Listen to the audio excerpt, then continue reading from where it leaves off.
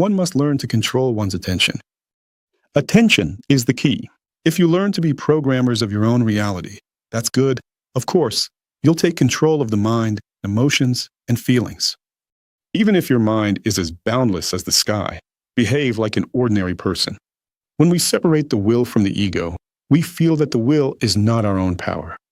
So I know who I am. I am the master of my attention. Om Gam Ganapataye Namaha. Om Shri Saraswati Namaha. Om Shri Gurubhyo Namaha.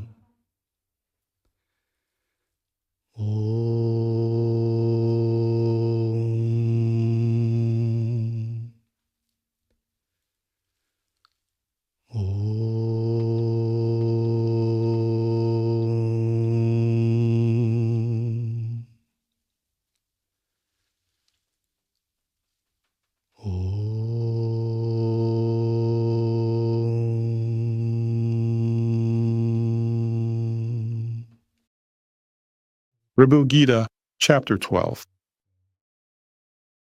Brahman alone is the essence of all offerings. Brahman alone is the process of offering. Brahman alone is the nature of all beings. So, we make an offering. Brahman is the essence of all these offerings. If one understands this, that even when performing puja, homa, or guru worship, all these offerings ultimately have one recipient. And how does the second line sound? Brahman alone is the process of offering. And second, what's most interesting is that all offerings have not only one recipient, and the process of all offerings is also Brahman. An offering is such a dynamic aspect. It is movement, spanda, according to Shaivism. And all of this too, the entire process of offering, including throwing ghee into the fire, offering mantras, visualization, singing bhajans, various introductory mantras, or blessing mantras. And we ourselves are also Brahman. Brahman is all of this. And essentially, during such actions, we must concentrate our attention on Brahman. We must learn to control our attention, so that attention is always steady on Brahman specifically during the offering, realizing the ultimate recipient of all offerings. During the actual offering of puja, homa, mantras, bhajans, and arati, the ultimate recipient is the Brahman. And we see many ritual actions, many deities, but we must understand the ultimate recipient of all offerings, and that the entire process of these offerings is also Brahman, right in the present moment. And this is the truly correct way to make any offerings. A truly graceful way. Everything is Brahman and only Brahman. Brahman alone is all these spaces. Brahman alone is the student and the teacher. Brahman alone is all achievement. Everything is Brahman and only Brahman. We are able to perceive Brahman with our own subjective consciousness. Not with the body, not with thoughts, not with energy, but with our own deep subjective awareness. But for some people, subjective awareness perceives Brahman, and they are awakened. For others, it does not perceive because it is tuned to Maya, to matter, to thoughts, to something external.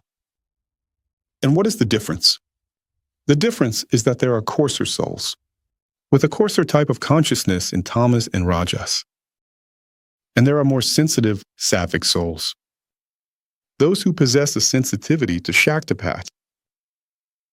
The second point, there are souls who know how to manage their attention and through this, train their sensitivity.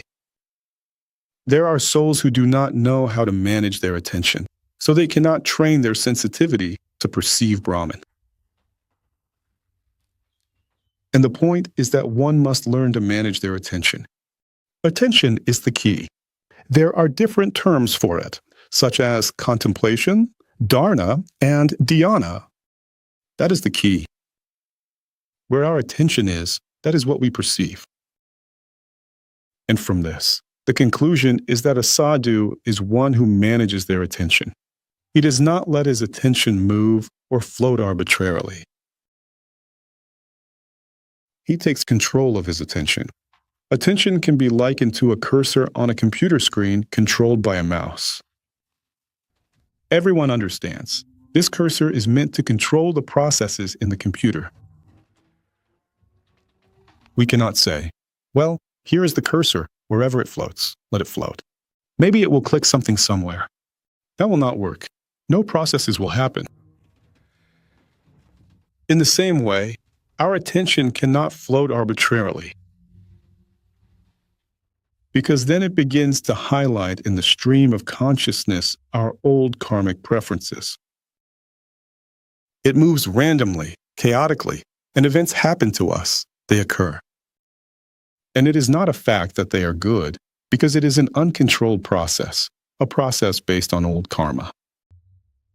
But as soon as we begin sadhana, we begin to control the cursor of our attention. We no longer allow events outside and inside to happen chaotically. Everywhere there must be our understanding, our awareness, and our choice.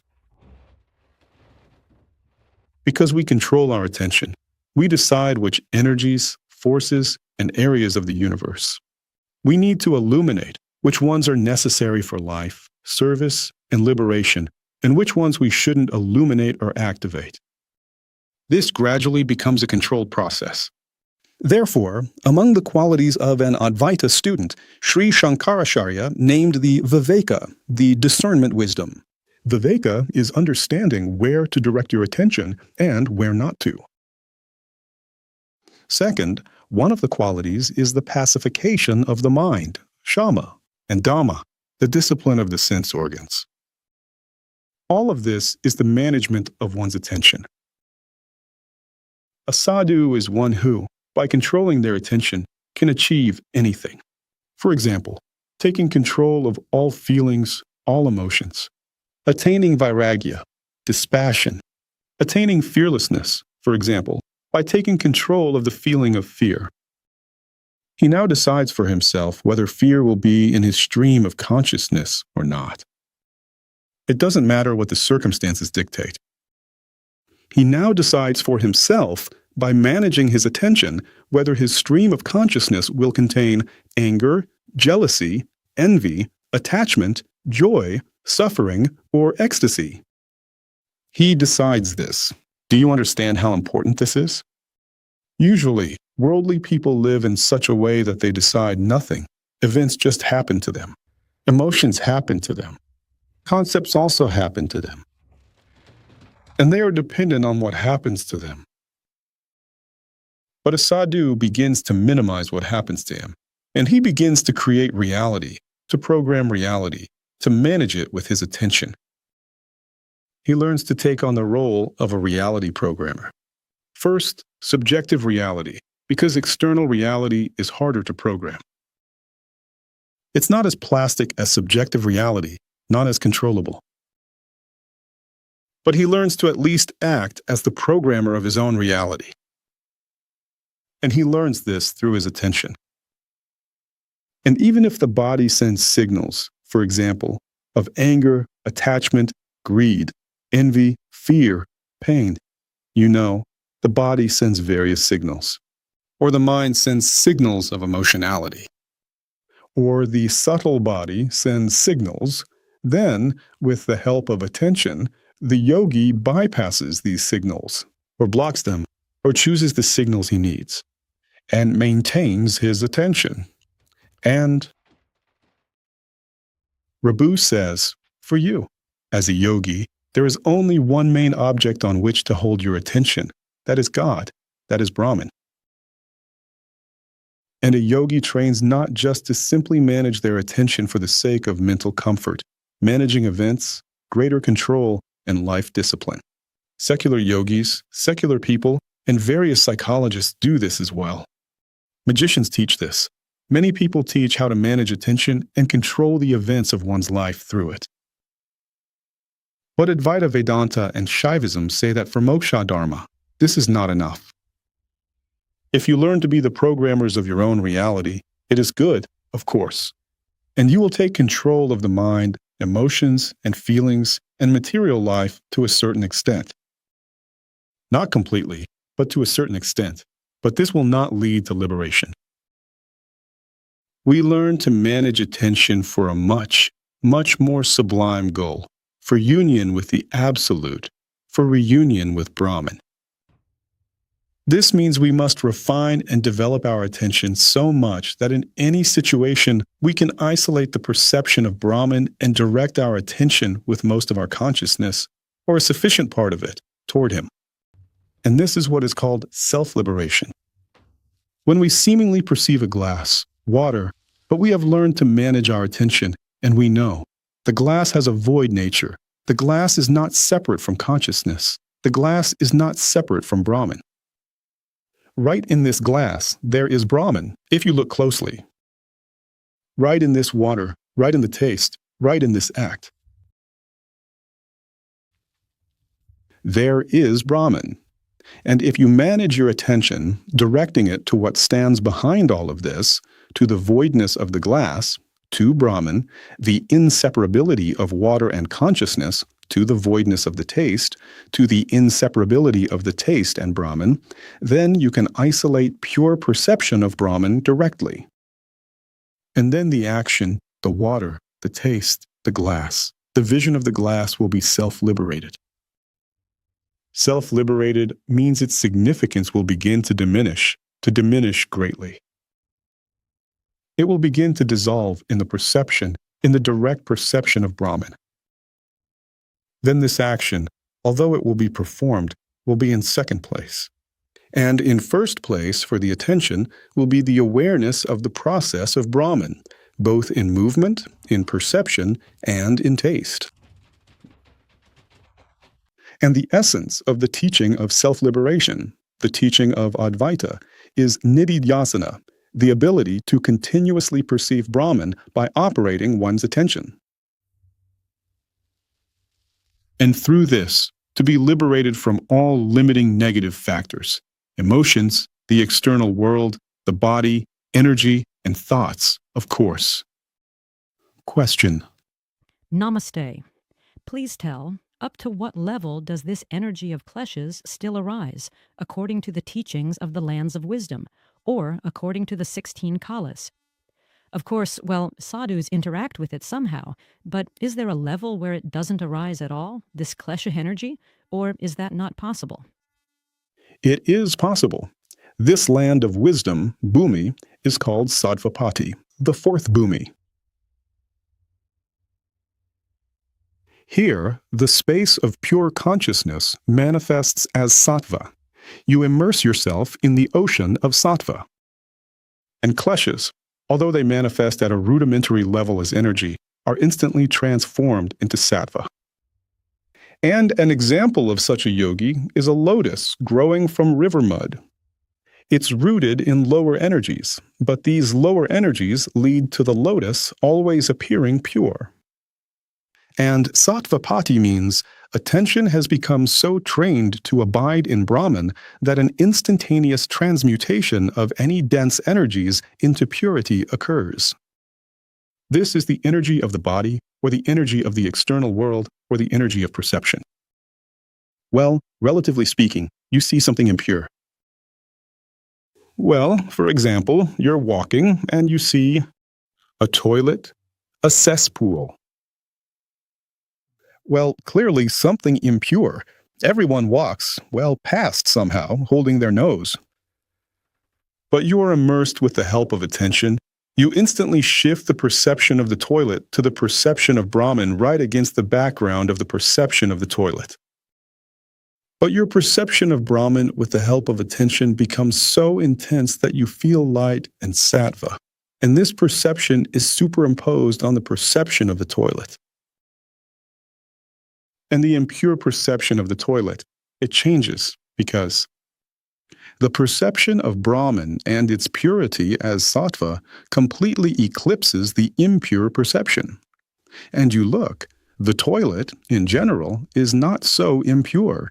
It doesn't differ from anything else. And this is such a form of the pure radiance of Brahman.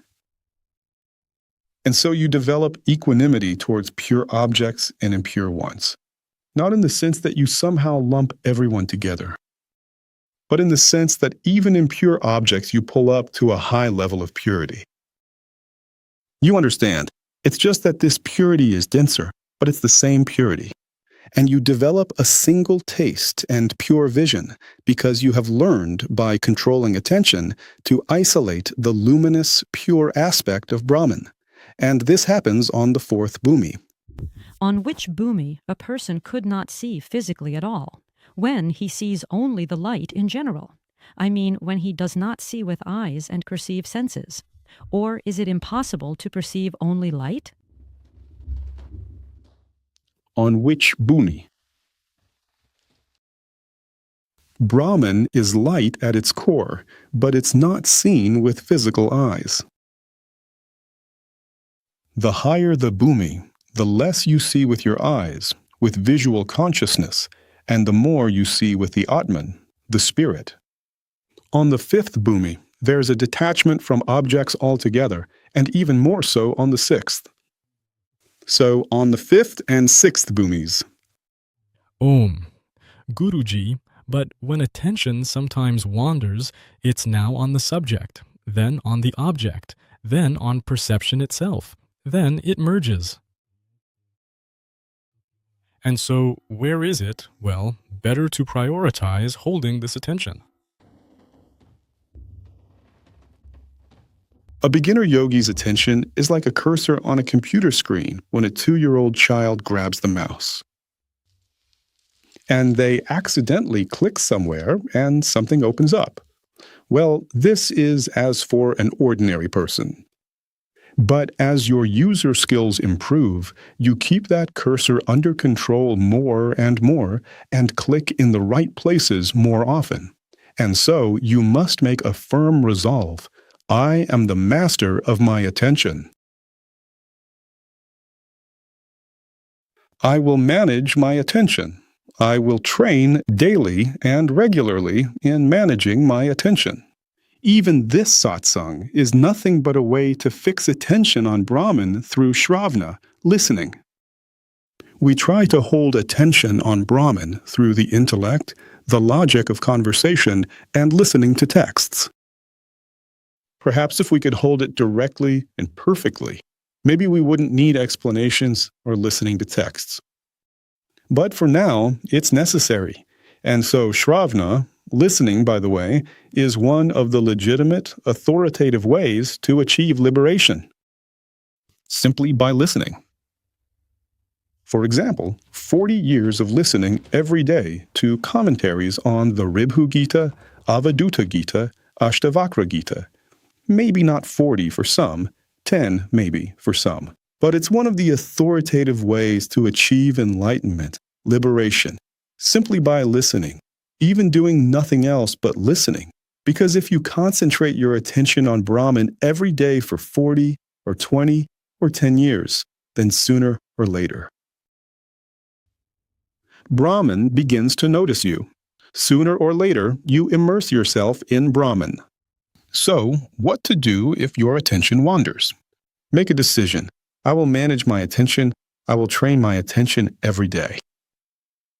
And so, when we practice a method, perceive any method as attention training for concentration on Brahman. Word mantra comes from the words manas and traya, protection of the mind, meaning to protect your mind with the help of a mantra. Atma Vichara is another way, and 12 Sankalpas. These are all subtle methods of attention management. Various types of Aham Brahmasmi practice, tuning on divine pride. All these are methods of attention management. 6 contemplative mudras in Sandhya Upasana. All these are various methods. But the question is how to manage attention not for 5 minutes or 40 minutes sitting, but from morning to evening. even in everyday life. Because we can manage our attention while sitting in Mahashanti, or when we programmatically walk in Chankramanam and specifically hold a given Sankalpa, or when we recite a mantra. But in everyday life, the mind drifts again. The cursor gets knocked off by some things. And here we must choose a Sankalpa for ourselves. Sankalpa precisely plays the role of focusing attention. And we must find that specific Sankalpa where our mind focuses well, becomes absorbed, and work with it, hold it. Absorption of the mind is what allows for the control of attention over a long period of time. And all the upayas in Shaivism are precisely connected to this. When a yogi explores, is my mind absorbed in anavapaya, in asanas, pranayamas, pujas, homas? If it is absorbed through external actions very well, then that is your method. Or in Shaktapaya, is my mind absorbed by a mantra, visualization, working with chakras and channels? If it is absorbed, excellent, you have found your primary method. Or Shambhavapaya, is my mind absorbed by contemplation, by Sankalpa, by Shambhavi Mudra? And where it is absorbed, it means you will progress quickly. You will quickly gain the experience of Shaktipat. You will quickly awaken jnana, because in a state of absorption, everything goes much faster. And one must look for such upayas from those that are offered in lineage. Other upayas you shouldn't take. Say, go looking for Sufi whirling, for example, psychological immersions. You must look specifically within the tradition, within the transmission. It is very rich, and there is plenty there too. Specifically selecting for yourself personally. That level of meditation on aham brahmasmi, either gross or subtle or very subtle. When my mind is absorbed, one should work with that. Guruji, but this absorption, does it arise due to energy or not always? Not always. Sometimes, if there is a strong consciousness, a strong mind, it arises through will, through clarity. There can be various reasons. And could it be that this will is exactly what compresses the energy that could provide absorption? Like Brahman is beyond the 5 sheaths, and we remain as consciousness in that, but energy helps to stay in it for more than 5 minutes. It kind of feeds it. Well, gross will, or will coming from the mind or from the ego, it can, of course, be a distraction, yes. Here, if we rely on will, then we must refine the will and connect this refined will with the divine. Because the will of the ego can indeed lead one astray. It often does so with living beings. And one must separate the will from the ego. When we separate the will from the ego, we feel that will is not our power. We thought it was our power, and we clung to it as our own, as personal power. But will is a phenomenon of divine power. And if we learn to separate this will from the ego, we will feel it as an impersonal cosmic force, but it is very subtle. Then it will help us. It will not lead us astray. So energy is not necessarily a sign of absorption. Absorption can occur even without an energetic accompaniment. Yes, sometimes energy helps absorption if we've focused correctly, but sometimes it can also distract. Well, for example, addicts are perfectly absorbed in their mystical trip, right? They're so absorbed that they can't get out of that state later. In them, chemical forces act in the body, that is, energy. A person during sex is absorbed by energy. But if he doesn't control this process, he's absorbed by gross matter, right? During pain, a person is absorbed by physical pain. Not all absorptions give the effect of samadhi jnana, right? But if you know how, against the backdrop of pain, chemical reactions, bodily experiences, bliss, suffering, or emotions, against the backdrop of anything, to direct your attention to Brahman, then you will triumph over all manifestations.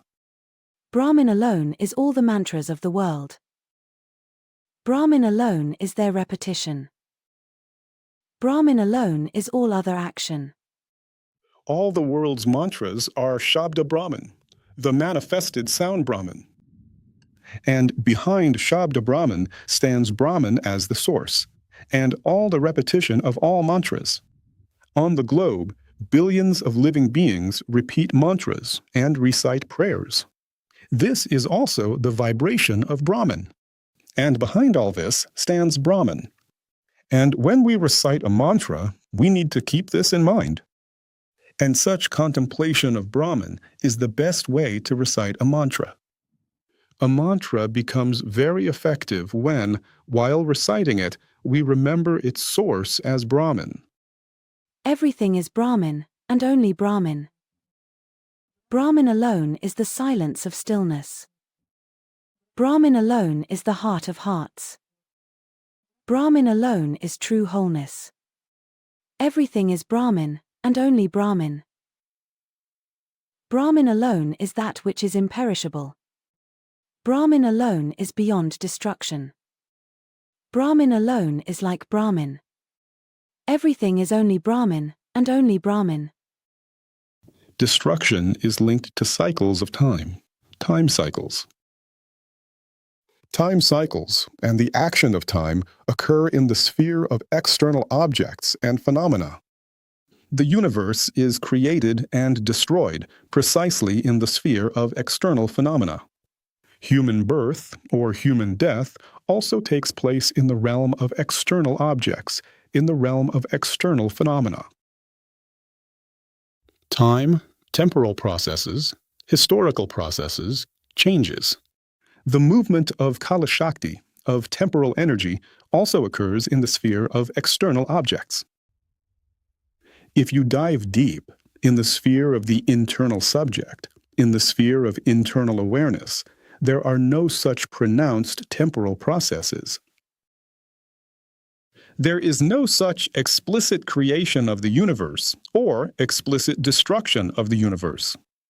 There is no birth like in our physical world, just as there is no death.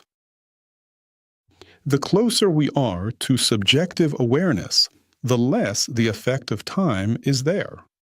Time does not act on the subjective sphere of awareness. Time acts only on the objective sphere, which is created, which is changeable, and which is separated from our subject and appears as separate objects.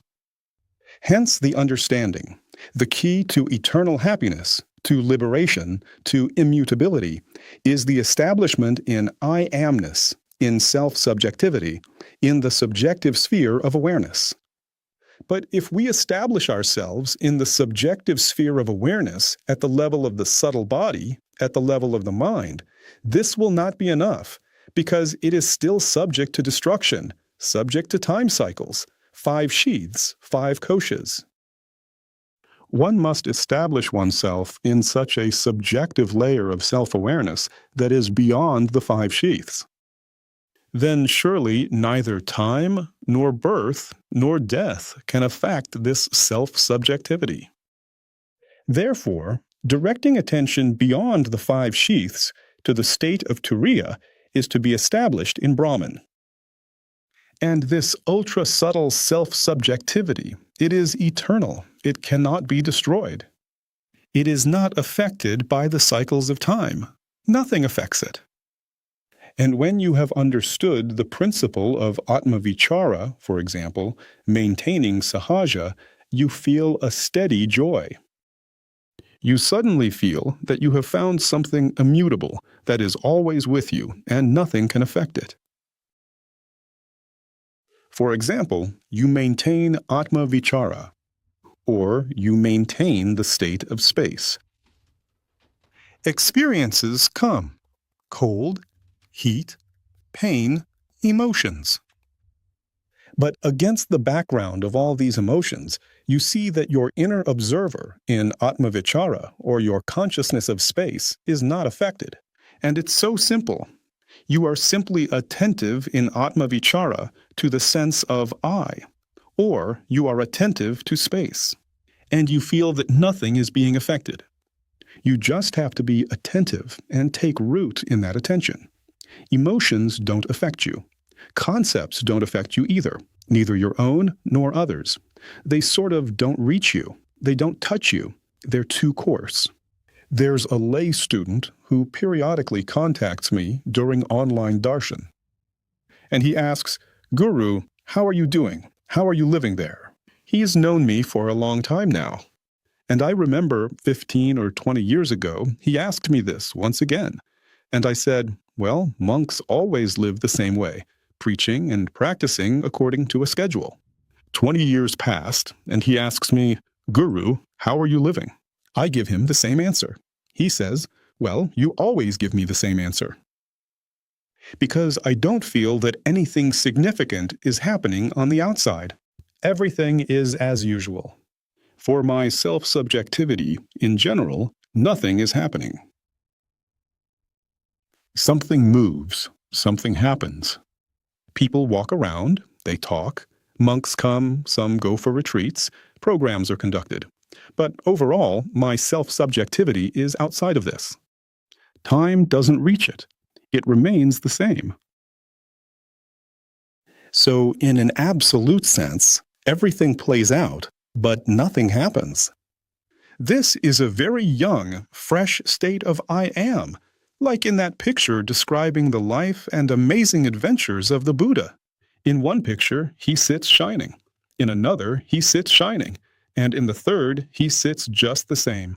Those are all his amazing adventures. For self-subjectivity, nothing is happening, but everything is absolutely always whole, total, and blissful. This is the result of firmly establishing one's own self-subjectivity by directing attention to Brahman. And when you feel that nothing is happening to you, and that you've settled into a steady, quiet, calm, joyful state, and you're certain that nothing will happen to you, at least nothing bad for sure, because it won't reach your self-subjectivity. And that if you use your attention to grow deeper into this self-subjectivity, only good things will happen to you, more and more.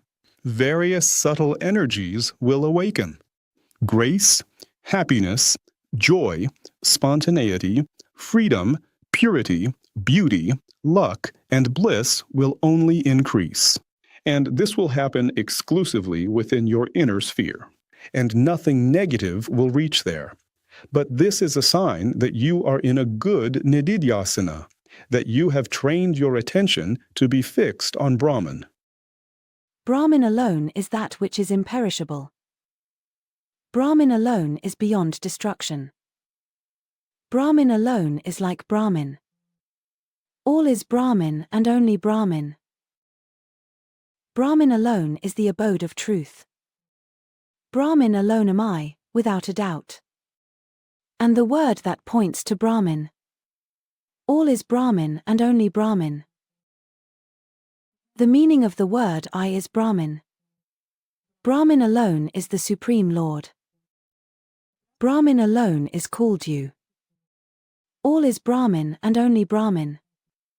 So the essence of Atmavichara is to recognize that the meaning of the word I is Brahman. When we say I am, well, Atman translates literally as I am from Sanskrit, then we are always talking about some level of our self-identification. We always name something within ourselves that we are identified with at the moment. For example, we say, I'm in pain, I feel it. At that moment, we are identified with the physical body. Or, I feel the flows of energy, the flows of the energetic circulation of the wind.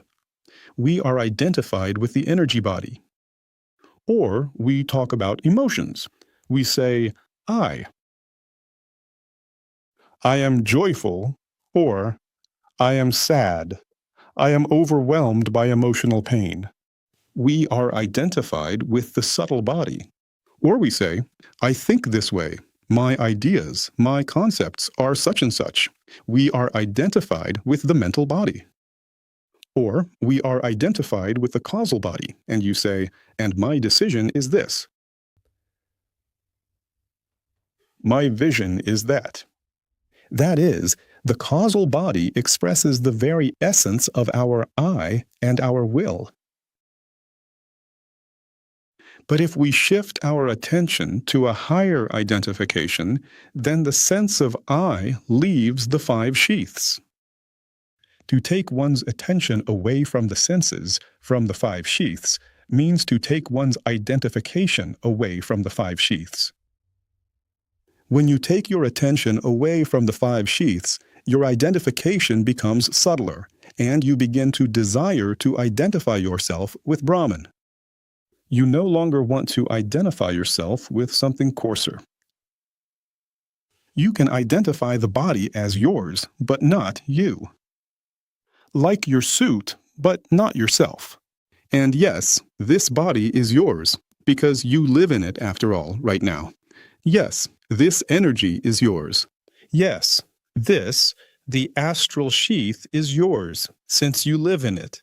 Yes, it's your mental body. Yes, it's your causal body. But you are not it. It is yours, but not you. It's like you have a suit, or clothes, a sangati. It belongs to you, but you are not the clothing. And even if they burn it with an iron, well, it's no big deal, you'd say. Well, we'll buy another, or patch it up. It's no big deal. You are not identified with it at all.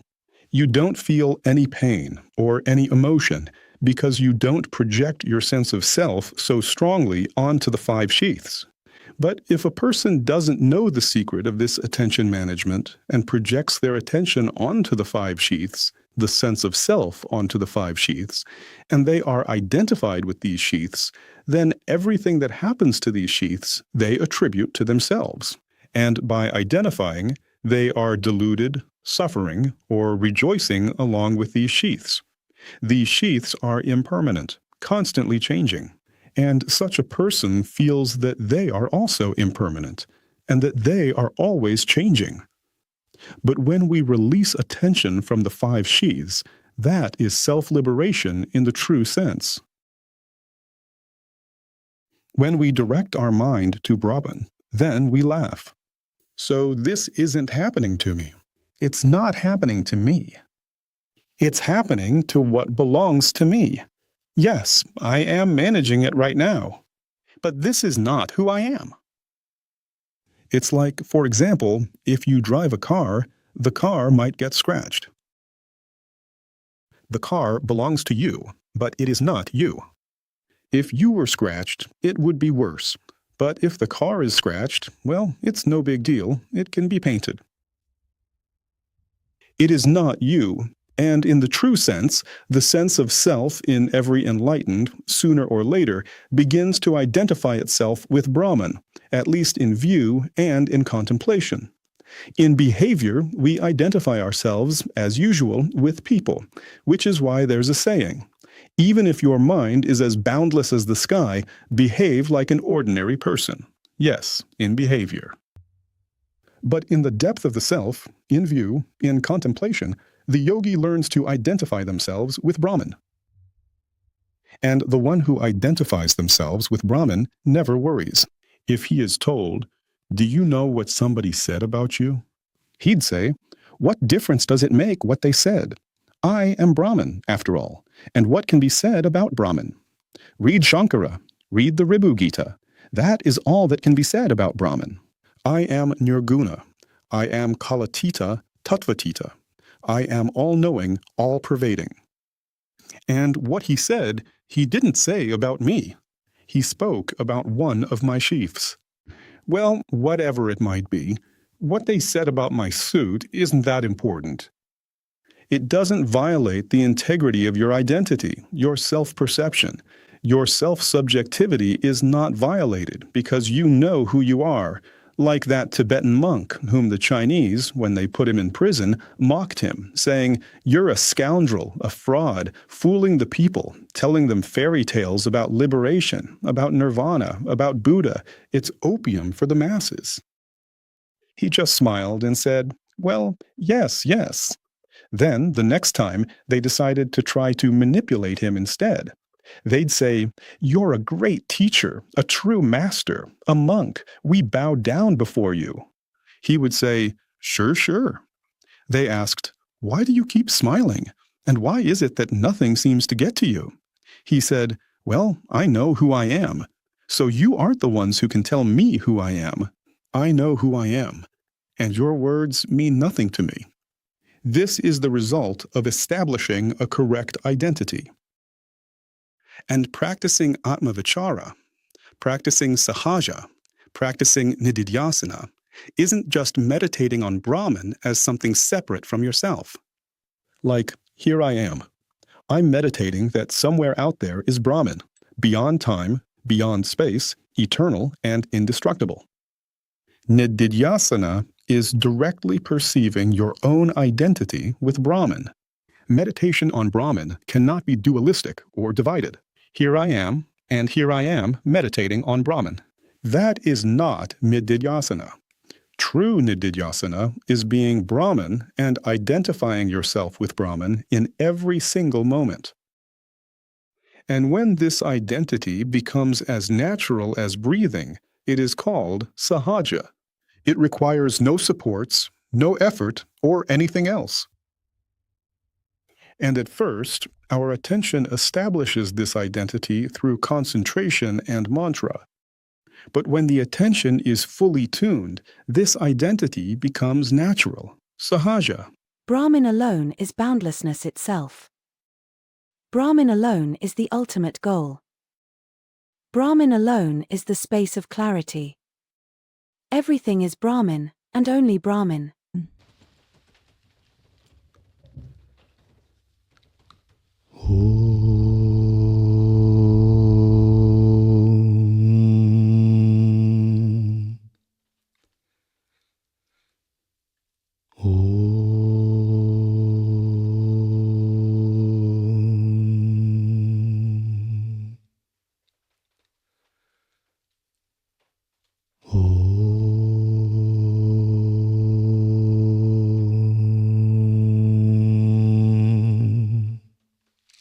This channel of the enlightened master Swami Vishnudevananda Giri exists through the donations of listeners and disciples.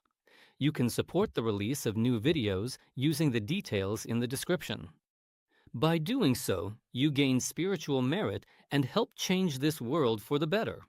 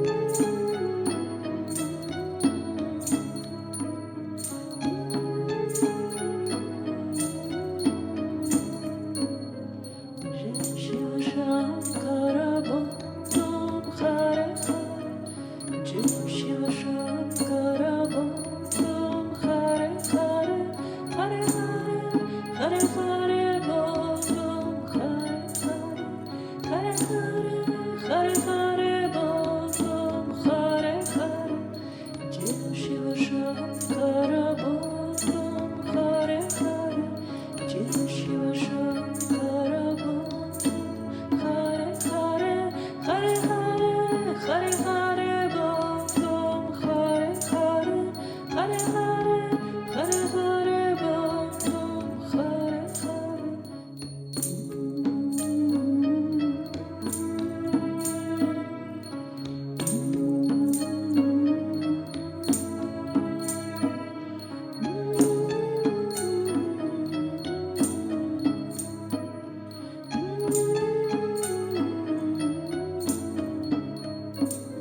Jai Shiva Shankara Bom Bom Hare Hare Jai Shiva Shankara Bom